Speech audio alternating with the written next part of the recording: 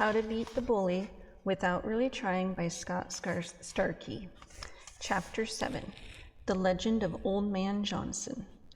By the time I arrived at school the next day, my victory over the McThuds had spread far and wide. The bus was abuzz with it. We were, of course, silent around Mrs. Lutzkraut, but at art with Mr. Boris, the stories began again. Mr. Boris himself told of a time the McThugs had circled his minivan and had threatened him for 12 blocks. By the next day, the tale had grown to the point that Mr. Feebletop himself mentioned it in the morning announcements. He talked about famous heroes and bravery, and then related it by saying, "We here at Baber are fortunate enough to have seen bravery in action. Someone in this town finally stood up to a group that's menaced our town for years. Well done, Rodney. Now rise for the pledge." As we made the familiar speech with our hands on our hearts, Mrs. Lutzkraut sneered at me. When we sat down, she said, "I don't think there's anything brave about doing something as as you did. First off, you were trespassing. Secondly, other children will now approach strangers. You can join me for recess and write an essay explaining why your actions were wrong. I'll talk to Mr. Feebletop about letting you read it over the loudspeaker tomorrow." Rishi interjected. "Mrs. Lutzkraut, Rodney was—" "Rishi, save your energy for math. Boys and girls, take out your textbooks, notebooks, and put a heading." I looked around. Rishi was angrily taking out a book. Jessica was busy writing something. Unfortunately, she wasn't busy looking at me, which was strange since she had been there when I supposedly had throttled the McThugs. I worried that maybe Kayla had begun to poison her mind against me. And as for Toby, he hadn't said a word since I climbed the fence. Sitting next to me, he looked pale and sick and was clearly avoiding eye contact. In all the excitement, I hadn't given him much thought, but I had seen that smile he had given Josh as I walked to my fate. Toby was out to get me. "Rodney." "Yes, Mrs. Lutzkraut," I choked. "What is the answer to number 5? Apparently, we were checking the math homework. 42, I guessed. She smiled. For a second, I thought I had it right. Then she continued, "No, you're not even remotely close. I suppose the famous McThugs ate your homework while they chased you down the—" "Actually, I chased them," I corrected her. "Silence. The day's just started and I've already had enough of you." She stared at me long and hard before moving on to the next question. Halloween, my least favorite holiday, was fast approaching. Yes, I like the candy, but there are many other things about it that don't quite work for a scaredy cat like me. First off, I hate the dressing up part. I don't mind seeing Superman or a few fairy princess costumes, but I can definitely do without the Draculas and Freddy Kruegers. Last year, Rocco Ramboni cornered me along with his posse as I walked the streets of my old neighborhood with Timmy, Tony, and Tommy. He yelled, "Fire!" and blasted me in the face with shaving cream. "Hey, Rathbone, how does that feel?" He laughed. I recalled my eyes beginning to burn.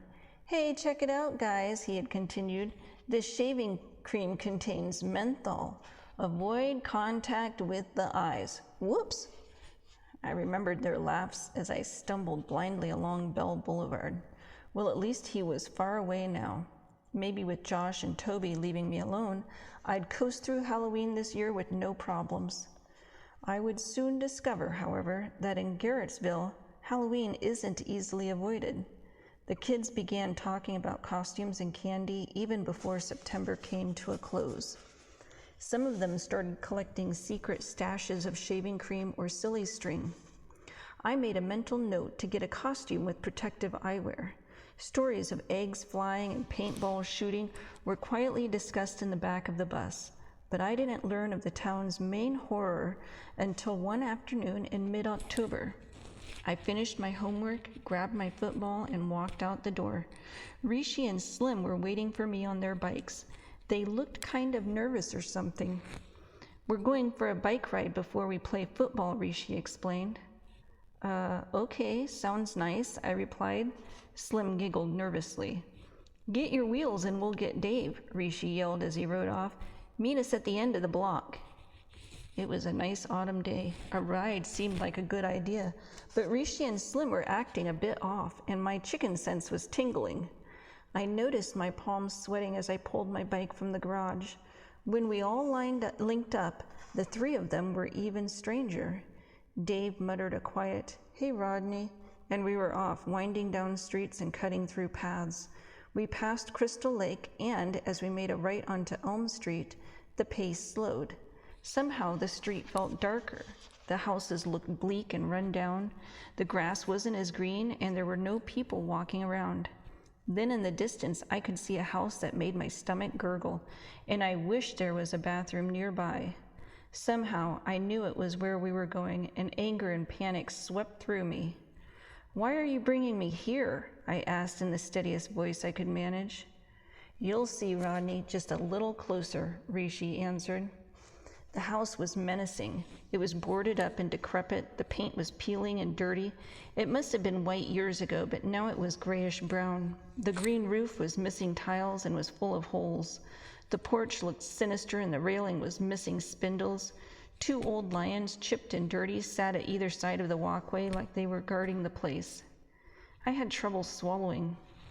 My hands quivered, and I hoped no one was looking at me. We rode up to the curb, and the four of us stood looking at the den of evil. "It's Old Man Johnson's house," Rishi said. "He murdered his whole family." "I heard the house is possessed," Slim said.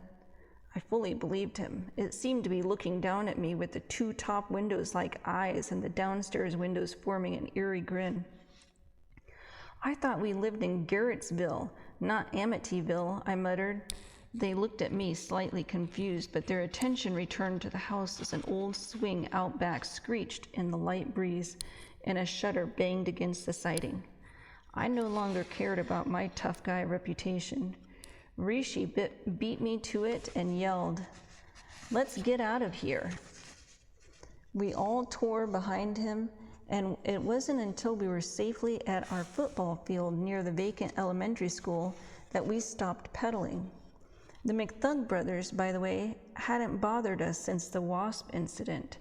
Evidently, they thought I had brought the Yellow Jacket bees with me that day as a warning from the rat fields.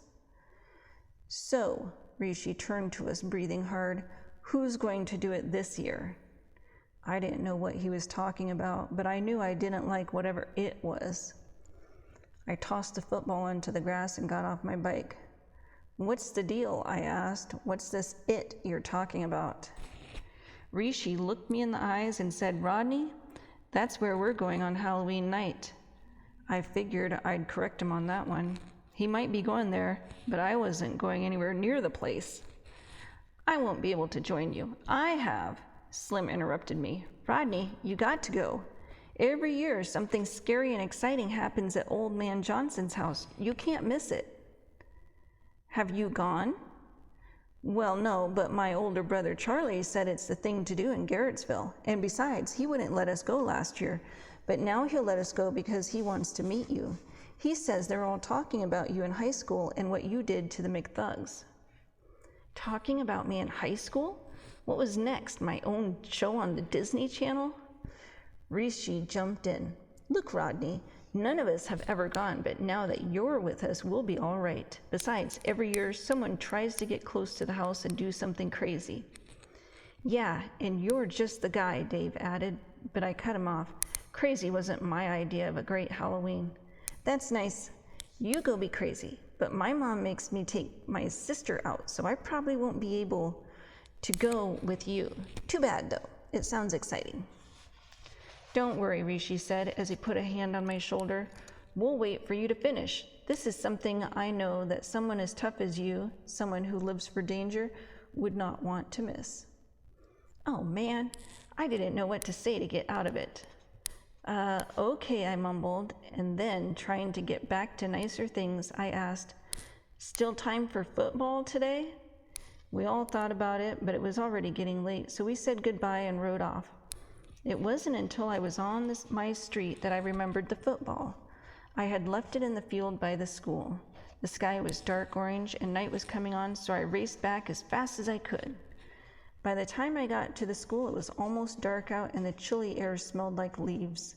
No one was around, and I found myself alone on the empty field with the abandoned buildings sitting quietly in the distance. The place sure was creepy. Something seemed to move in the shadows by the building. As I reached for the football, I thought I saw a guy with a hockey mask peering down at me from one of the upper windows. With my imagination running wild, it wasn't long before my feet did too, and I pedaled home full speed. If I couldn't even be alone on a field for 5 seconds, what would happen to me on Halloween? That night I slept with the light on, thinking of escape plans and hoping Old Man Johnson was safely behind bars, not lurking behind the walls of his house.